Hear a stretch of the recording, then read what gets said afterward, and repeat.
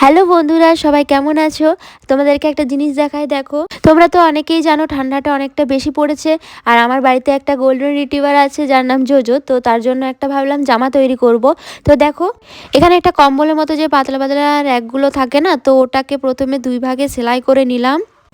তারপর ওটাকে চক দিয়ে ভালো করে স্কেচ করে যেরকম সাইজটা কাটবো ফোন দেখে দেখে করছিলাম, কারণ আমারও অতটা জানা ছিল না। সেটাকে চক দিয়ে ভালোভাবে ডিজাইন করে মানে দাগ দিয়ে সেটাকে কাউচি দিয়ে কেটে নেব।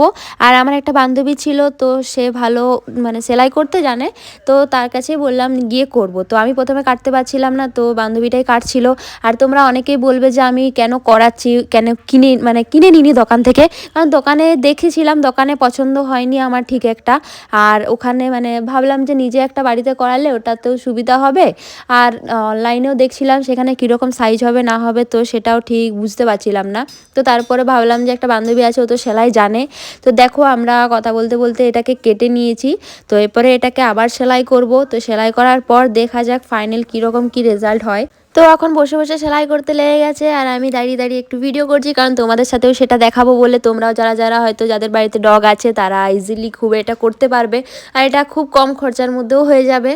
তোমাদের কমফোর্টেবল, ডগেরও কমফোর্টেবল হবে, সেও ভালোভাবে থাকতে পারবে। মানে একটা নরম জিনিস তো, বুঝতেই পারছো যে কম্বলের মতন একটা নরম জিনিস, তারও খুব একটা ঠান্ডা লাগবে না, গরম লাগবে।